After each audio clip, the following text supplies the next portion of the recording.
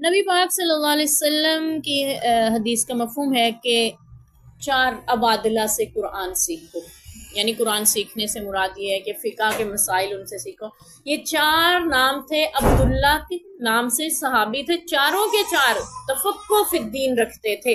अब्दुल्ला बिन अब्बास रज़ियल्लाहु अन्हु, अब्दुल्ला बिन उमर रज़ियल्लाहु अन्हु, अब्दुल्ला अब्दुल्ला बिन मसूद रज़ियल्लाहु अन्हु, आएंगे उनका जिक्र भी इंशाल्लाह, उनका भी तारुफ हासिल करेंगे। और चौथे हैं जी अब्दुल्ला बिन अब्बास, अब्दुल्ला बिन जुबैर रज़ियल्लाहु अन्हु, और बाज़ ने अब्दुल्ला बिन अमर बिन आस को शामिल किया है, और बाज़ ने उसको खारिज किया है कि अब्दुल्ला बिन अमर बिन आस इन 4 अबादला में शामिल नहीं है। अबादला का मतलब 4 बंदे, 4 अल्लाह के बंदे। अब्दुल्ला का मतलब अल्लाह के बंदे ना, अबादला 4 बंदे, 4 गुना। तो उनमें अब्दुल्ला बिन अब्बास, अब्दुल्ला बिन उमर, अब्दुल्ला बिन जुबैर, अब्दुल्ला बिन अब मसूद रज़ियल्लाहु अन्हु, ये 4 अबादला शामिल हैं।